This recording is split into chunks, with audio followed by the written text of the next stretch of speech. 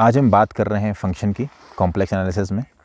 सबसे पहले फंक्शन क्या है इसके बारे में जान लेते हैं थोड़ा सा, उसके बाद आगे डिस्कस करेंगे।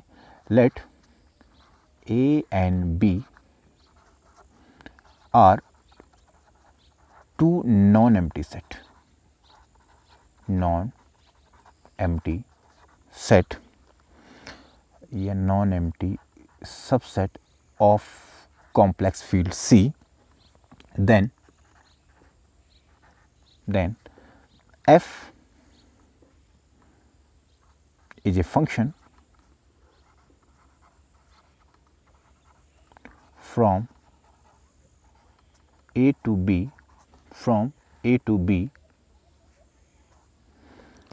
is a rule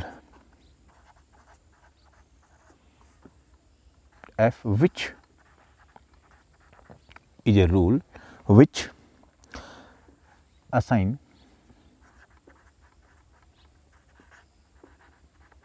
each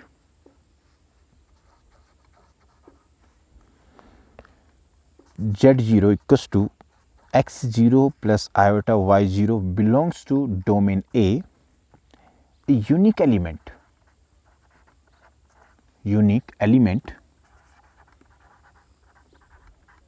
W0 equals to U0 plus iota V0 belongs to B। एक नियम है फंक्शन A से B तक का, जिसमें A का प्रत्येक एलिमेंट के एक यूनिक इमेज बननी चाहिए। कहाँ? B में, right. The number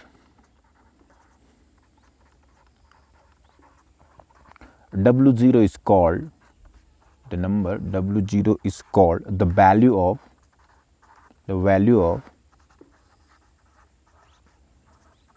f at z0, and we write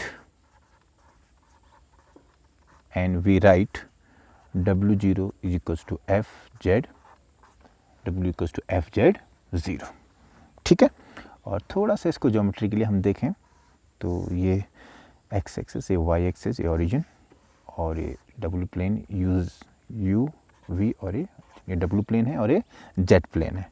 मान लिया कोई पॉइंट यहाँ पर z0 है, तो z0 की इमेज कहाँ?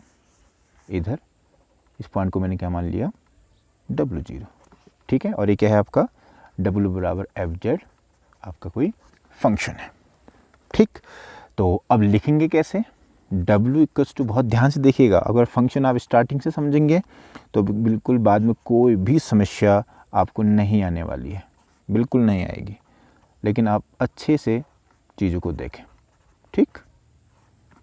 अब आपको पता है z तो x और y का फंक्शन होता है ना, तो मैं इसको fz को ऐसे लिख सकता हूँ बेटा, u x of y plus iota function of v function of x y।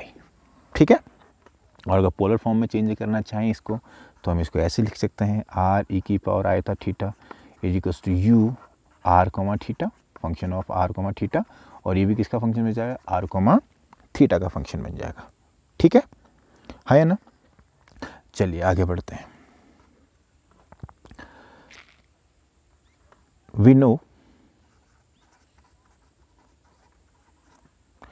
that every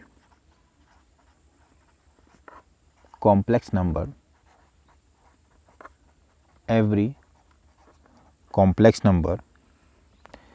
z belongs to C deleted 0 can uniquely written in polar form z equals to r e की power iota theta. और मैं बार बार बता चुका हूँ, जहाँ पर r क्या है बेटा? मॉडुलस ऑफ z है, और थीटा क्या है यहाँ पे? आर्ग्यूमेंट ऑफ z है। इतनी बात समझ में आ गई? ठीक हो गया। अब बहुत जगह आपसे क्वेश्चन आपको खाली फंसाने के लिए पूछा जा सकता है कि क्या हम हर कॉम्प्लेक्स नंबर को एक पोलर फॉर्म में r e की पावर आयोटा थीटा के रूप में लिख सकते हैं? तो वहाँ पर आप जल्दीबाजी मत कर दीजिएगा, क्योंकि 0 एक ऐसा नंबर है जिसको आप नहीं लिख पाओगे। क्यों? क्योंकि उसका आर्गुमेंट आप फाइंड नहीं कर सकते हैं। ठीक है। इसलिए मैंने क्या लिखा था आपका, देख लीजिए। एवरी कॉम्प्लेक्स नंबर z, और कॉम्प्लेक्स नंबर से आपको 0 को क्या कर दिया बेटा, डिलीट कर दिया गया है। ठीक है, अब चलिए आगे चलते हैं। अब बात करते हैं इफ वी इंक्रीज, मैंने ये बोला था इफ z बराबर क्या लिख सकते हैं हम, r e की पावर आयोटा थीटा। ठीक है, if we increase theta by 2 pi, theta by 2 pi हमने इंक्रीज कर दिया थीटा को, किससे, 2 पाई थे, तो क्या हो जाएगा, z r थीटा था और थीटा को मैंने किससे इंक्रीज कर दिया, 2 पाई से। ठीक है, तो कितना हो जाएगा बेटा, r e की पावर आयोटा थीटा प्लस 2 पाई है ना, तो कितना लौट के कितना आएगा ये, r e की पावर आई थीटा इंटू ई की पावर आई 2 पाई। ठीक, और आप जानते हैं इसकी वैल्यू कितनी आने वाली है, 1, तो दोबारा से कितना आ गया, r e की पावर आई थीटा, यानी कि ये वैल्यू आपकी रिटर्न होकर दोबारा ओरिजिनल वैल्यू बन गई है। आई बात समझ में, ठीक हो गया। अब जरा ध्यान से देखना, अब बात कर रहे हैं हम कॉम्प्लेक्स एनालिसिस में single valued function, single valued function, multiple valued function, multi valued function, multi valued function, आई बात समझ में। उसके बाद real valued function, real valued function, उसके बाद complex valued function of real variable, bounded function,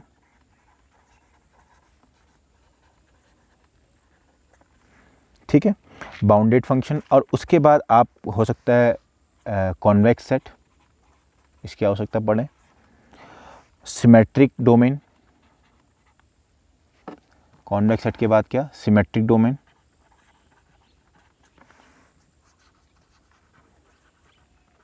star like domain,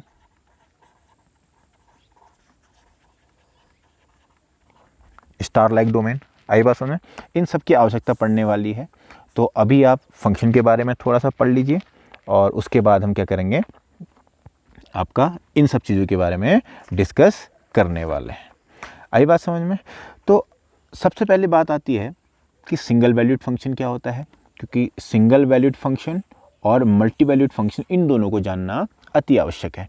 ये कुछ भी नहीं है, बस आपको एक प्रॉपर तरीके से डेफिनेशन देनी आनी चाहिए कि अगर हम थीटा को, ध्यान देना बेटा, अगर हम थीटा को इंक्रीज करें 2 पाई से, अगर हम थीटा को इंक्रीज कर रहे हैं किससे, 2 पाई से, तो अगर फंक्शन की वैल्यू रिटर्न आके ओरिजिनल वैल्यू आ रही है, रिटर्न होकर क्या आ रही है, ओरिजिनल वैल्यू आपको मिल रही है, तो इसका मतलब है कौन सा फंक्शन हो गया, सिंगल वैल्यूड फंक्शन हो गया। लेकिन अगर आप थीटा को 2 पाई इंक्रीज कर रहे हैं, लेकिन अगर ये आपका ओरिजिनल वैल्यू रिटर्न होकर नहीं आ रहा है, तो इसको हम क्या कह देते हैं, मल्टीपल वैल्यूड फंक्शन बोल सकते हैं। या हम कह सकते हैं किसी एक जेड के लिए अगर एक यूनिक डब्ल्यू निकल रहा है तो वो सिंगल वैल्यूड फंक्शन है, और अगर एक जेड के लिए मल्टीपल नंबर में अगर आपके डब्ल्यू की वैल्यू निकल रही है, फंक्शन की वैल्यू निकल रही है, तो वो मल्टी वैल्यूड फंक्शन कहलाती है। तो हम क्या कहेंगे कि अगर हम बोलेंगे, यहां पर मैं लिख देता हूं, if theta is increase by 2 pi, then if the function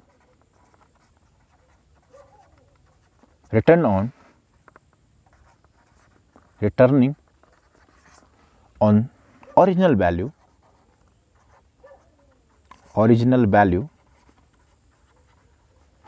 then function is called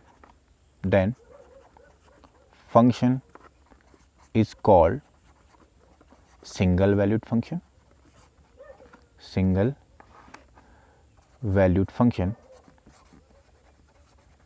right? Otherwise multiple valued function, ठीक है। मल्टीपल वैल्यूड फंक्शन की भी डेफिनेशन लिख देते हैं, यानी कि ये सिंगल वैल्यूड के लिए अगर कोई आपसे बोलेगा एक नॉर्मल मैथमेटिकल लिख के दिखाओ, तो हम बोलेंगे एफ जेड बराबर होता है एफ आर ई की पावर आई थीटा। ठीक, या हम इसको ऐसे लिख सकते हैं एफ जेड आर ई की पावर आई थीटा, ऐसे लिख लिया नॉर्मली।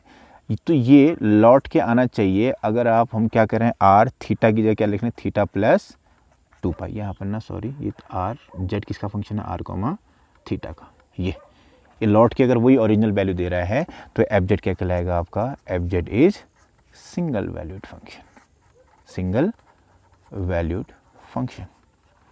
बाद में आप जब ब्रांच पॉइंट पढ़ोगे, सिंगुलरिटी पढ़ोगे ना, तो आपको मल्टीपल वैल्यूड फंक्शन बहुत काम आने वाला है। तो अगर आपको मल्टीपल वैल्यूड फंक्शन के बारे में पता होगा तो आप सिंगुलरिटी, बहुत सारी सिंगुलरिटी ऐसी होती हैं जो वहाँ पर हमें पता लग जाती हैं। ठीक है, अब दूसरी बात है, किसकी बात करें हम, मल्टीपल वैल्यूड फंक्शन की बात करें तो इसमें हम बोलेंगे इफ़ एफ आर, या बोल सकते हैं sorry z are theta plus 2 pi is not equals to f z of function r comma theta, then fz is called multiple valued function, multiple valued function। ठीक है, ये तो हमारी होगी क्या, डेफिनेशन। अब हम डेफिनेशन होगी है तो एक एग्जांपल दे देते हैं कि कौन सा फंक्शन आपका सिंगल वैल्यूड है और कौन सा फंक्शन आपका मल्टी वैल्यूड है। तो एग्जांपल ले लेते हैं एक अच्छा सा। माना मैंने ले लिया f z equals to z की पावर एन। बहुत ध्यान से देखिएगा, क्या लिया, जेड की पावर एन। तो ठीक है, z equals to r e की पावर आयोटा थीटा रख दीजिए। कितना है बेटा, आर ई की पावर आयोटा थीटा की पावर एन, तो ये क्या हो जाएगा, आर एन ई की पावर आयोटा एन थीटा। यहाँ तक किसी को कोई समस्या नहीं। इक्वेशन नंबर फर्स्ट मान लो थोड़ी देर के लिए। अब मैं F Z of R theta plus 2 pi रख लेता हूँ। इंक्रीज कर दिया थीटा को किससे, 2 पाई से, तो कितना हो गया, आर की पावर एन ही रहने वाला है, ई की पावर आयोटा थीटा प्लस 2 पाई और ये एन हो गया। ठीक है, यानी कि कितना निकल के आ गया बेटा, ये निकला आपका आर एन ई की पावर आयोटा थीटा ई की पावर 2n पाई आयोटा। ठीक है, चलिए अब एक बात बोलो, अगर if n belongs to integer तो सिंपल सी बात है 2n पाई आयोटा बोलेगा, मैं तो गया 1 के पास। किसके पास गया, 1 के पास। और अगर ये 1 के पास चला गया तो F Z are theta is equals to कितना हो जाएगा, F Z are theta plus 2 pi. इसका मतलब कि जब जब n आपका z के बराबर है, z में बिलोंग कर रहा है, तो एफ जेड बराबर z की पावर n क्या है बेटा, सिंगल वैल्यूड फंक्शन है, सिंगल वैल्यूड फंक्शन है। परंतु अगर आप n, आपका जो n है वो इंटीजर में नहीं है, तो e की पावर 2n पाई आयोटा का मान 1 नहीं आएगा, और उस स्थिति में ये दोनों बराबर नहीं हो पाएंगे। तो इसका मतलब वो फंक्शन क्या बन जाएगा, मल्टी वैल्यूड फंक्शन बन जाएगा। तो इसके लिए एग्जांपल हो जाएगा कि if n is not belongs to z, z मतलब इंटीजर, हाँ कॉम्प्लेक्स मत समझना, देन एफ जेड बराबर z की power n is multiple valued function, multiple valued function. जैसे अंडरूट जेड, इसका मतलब क्या हो गया, एक एग्जांपल यहीं पे देता हूँ। तो एफ जेड बराबर अंडरूट जेड, ये क्या है, कैसा फंक्शन है, मल्टीपल वैल्यूड फंक्शन है। एफ जेड बराबर जेड की पावर 1/4 कर दीजिए, ये भी क्या है, मल्टीपल वैल्यूड फंक्शन है। तो अगर आपसे कोई पूछता है कि आप मल्टीपल वैल्यूड के कितने फंक्शन दे सकते हैं, तो आप क्या बोलोगे, हमारे पास मल्टीपल वैल्यूड के कितने एग्जाम्पल हैं, इनफाइनाइट एग्जाम्पल है। आई बात समझ में, ठीक हो गया बेटा, बहुत बढ़िया। हमें मल्टीपल वैल्यूड और सिंगल वैल्यूड फंक्शन को भी हमने समझ लिया है।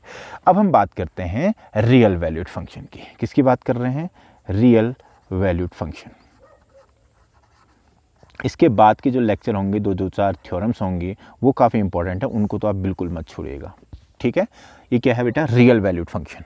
अब जरा ध्यान देना, इफ़, यहाँ देखो ये फंक्शन है a से b में, यहाँ से 2 केस निकल के आते हैं। ठीक है, पहला a आपका क्या है, कॉम्प्लेक्स नंबर।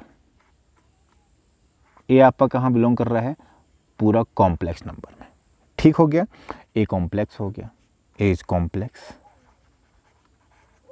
और रिटर्न होके जो फंक्शनल की जो कोडोमेन में जो वैल्यू आ रही, रेंज में जो वैल्यू आ रही बी, वो क्या है आपका रियल है। तो अगर आपका डोमेन से आप कॉम्प्लेक्स उठा रहे हो, वो आपका रेंज में क्या चला जा रहा है, रियल चला जा रहा है। तो ऐसे फंक्शन को हम क्या बोलते हैं, रियल वैल्यूड फंक्शन बोलते हैं। क्या बोलते हैं बेटा, real valued function, real valued function. Example दें अगर, तो एफ जेड बराबर मॉड जेड बहुत अच्छा एग्जाम्पल है। कोई भी कॉम्प्लेक्स नंबर उठाओ, मॉड जेड हमेशा क्या आता है, रियल नंबर आता है। तो ये फंक्शन कैसा हो गया, रियल वैल्यूड फंक्शन हो गया। इसको भी बहुत ध्यान से समझना आप लोग, कैसा फंक्शन है, रियल वैल्यूड फंक्शन है। अब बात आती है कि ये क्या हो जाए, ये आपका पूरा रियल नंबर हो जाए, सिर्फ रियल नंबर, कॉम्प्लेक्स की बात नहीं कर रहा हूँ। अभी तक क्या था, ए कॉम्प्लेक्स नंबर था, अब क्या है, ए रियल नंबर है। लेकिन रियल नंबर आपने लिया और बी क्या हो गया बेटा, कॉम्प्लेक्स नंबर हो गया। ए रियल नंबर लिया और बी क्या हो गया आपका, कॉम्प्लेक्स नंबर हो गया। तो ऐसे फंक्शन को F is called, then F is called complex valued function. क्या बोला जाता है, complex valued function, complex valued function of real variable, of real variable. ठीक है, ऑफ रियल वेरिएबल्स। एग्जाम्पल आप कैसे दे सकते हो, मैं देता हूँ एफ जेड बराबर आयोटा जेड। इससे बेहतर एग्जाम्पल क्या होगा, आप जेड रख रहे हैं क्या, रियल नंबर, क्या रख रहे हैं, रियल नंबर। ये जेड तो रियल नंबर आ रहा है, लेकिन आयोटा बेचारा इसको कहाँ भेज दे रहा है, कॉम्प्लेक्स नंबर में भेज दे रहा है। तो इसका मतलब ये फंक्शन आपका क्या हो गया, complex valued function of real variable. ठीक है, रियल वैल्यूड फंक्शन भी आपने समझ लिया कि जिसमें डोमेन आपका कॉम्प्लेक्स नंबर है, लेकिन फंक्शनल वैल्यू उसकी रियल वैल्यू आ रही है। और यहाँ क्या था कि डोमेन आपका रियल नंबर था, रियल नंबर सिस्टम था, लेकिन इसका जो फंक्शनल वैल्यू है वो आपकी कॉम्प्लेक्स नंबर आ जा रही है। इसलिए हम इसको क्या बोलेंगे, कॉम्प्लेक्स वैल्यूड फंक्शन बोलेंगे। ठीक है बच्चों, ठीक। अब आगे बात करते हैं, अब आगे बात करते हैं हम बाउंडेड फंक्शन की। किसकी बात कर रहे हैं, बाउंडेड फंक्शन की। ये छोटी मोटी चीज़ें हैं, आना आवश्यक है कि नहीं। बाउंडेड फंक्शन की, माना एफ कोई फंक्शन है, कहाँ से, ए से लेके बी में। तो प्रत्येक डोमेन के प्रत्येक एलिमेंट के लिए अगर आप एफ जेड की मॉडुलस वैल्यू निकालो, वो एक फिक्स नंबर एम से क्या हो, हमेशा छोटी हो। ठीक, तो ये फंक्शन एफ क्या कहलाता है, इज बाउंडेड फंक्शन कहलाता है। क्या कहलाता है बेटा, बाउंडेड फंक्शन कहलाता है।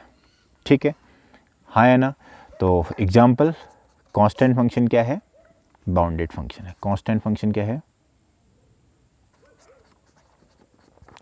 Constant function is bounded function. ठीक है, और जो बाउंडेड नहीं है उसमें क्या हो गया, जैसे आप एफ जेड बराबर जेड ले लो, ये आपका बाउंडेड फंक्शन नहीं है। ठीक है, एफ जेड बराबर साइन जेड आप ले लो, ये भी आपका बाउंडेड फंक्शन नहीं है। एफ जेड बराबर आप कॉस जेड ले लो, ये भी आपका बाउंडेड फंक्शन नहीं है।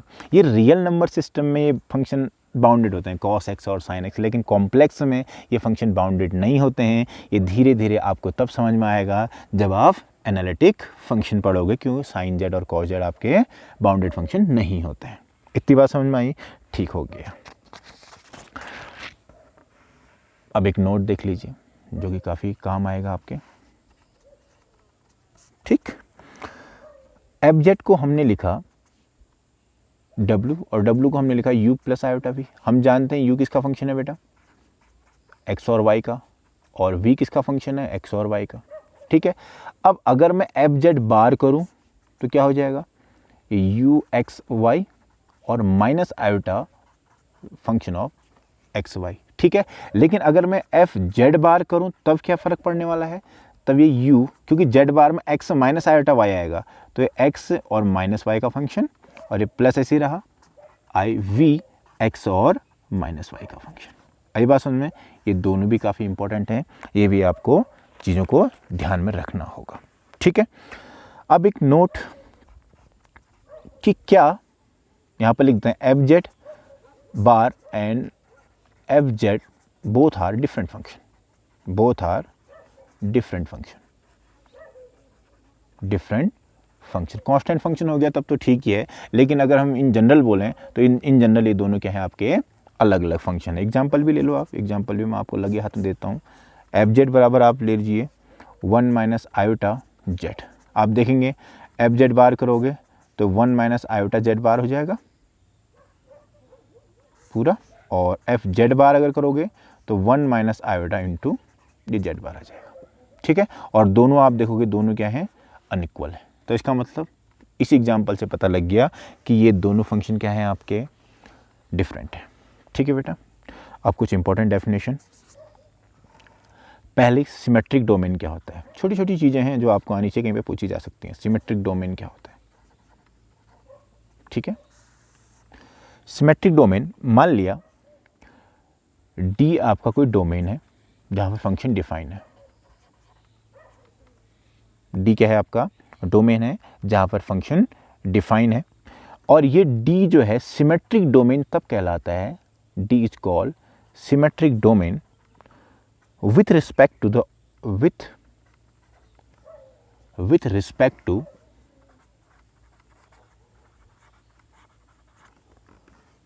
origin.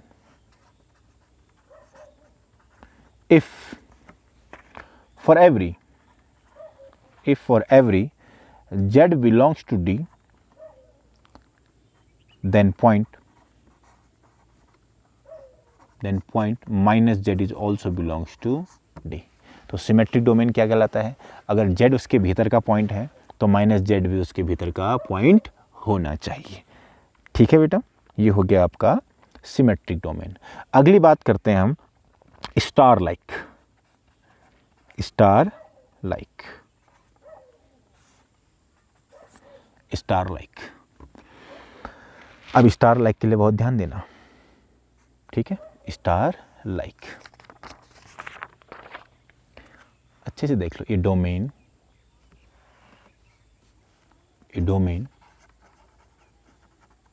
D is said to be star like with respect to the point, star like with respect to the point, with respect to the point z0 belongs to D, कोई domain का point उठा लिया। if for each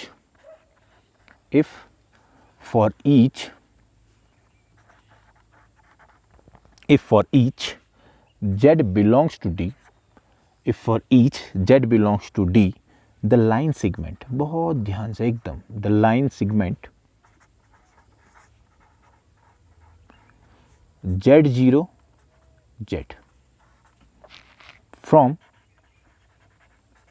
z0 to z lie entirely in D, and the point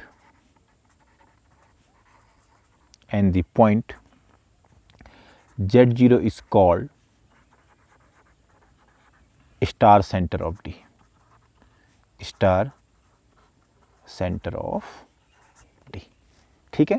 तो इसको जरा समझो, अगर D कोई डोमेन है, z0 कोई पॉइंट उठा लिया आपने, तो z0 से किसी भी पॉइंट यानी कि डोमेन का, ये ध्यान देना, मान लिया ये आपका z0 पॉइंट है, राइट।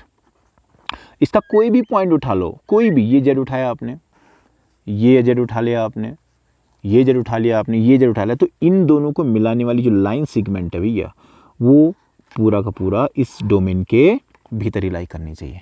अगर ऐसा है तो वे स्टार लाइक डोमेन कहलाएगा, और z0 क्या कहलाएगा आपका, star centre of the domain कहलाएगा। आई बात समझ में।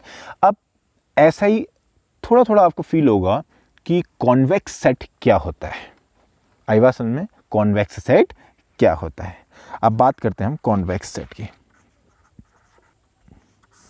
या कॉन्वेक्स डोमेन की। Domain D is said to be convex domain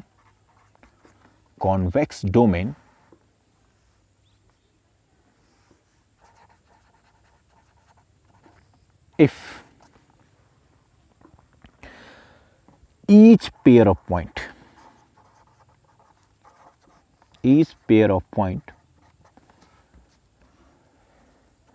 Z1 Z2, ठीक है, the line segment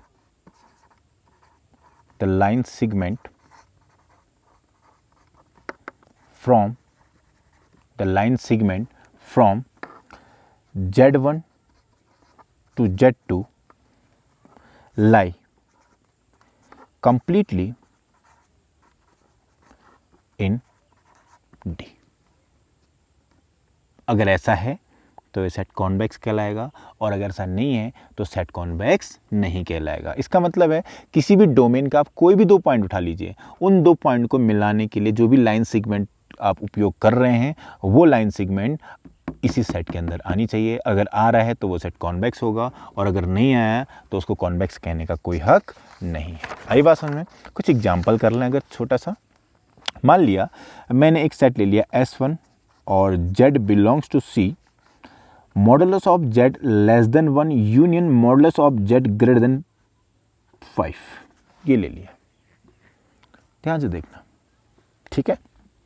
कैसा है अगर इसका ग्राफ ज्योमेट्री अगर देखें तो पहला कह रहा है मैं इस सर्कल के भीतर हूँ, 1 रेडियस सर्कल के भीतर।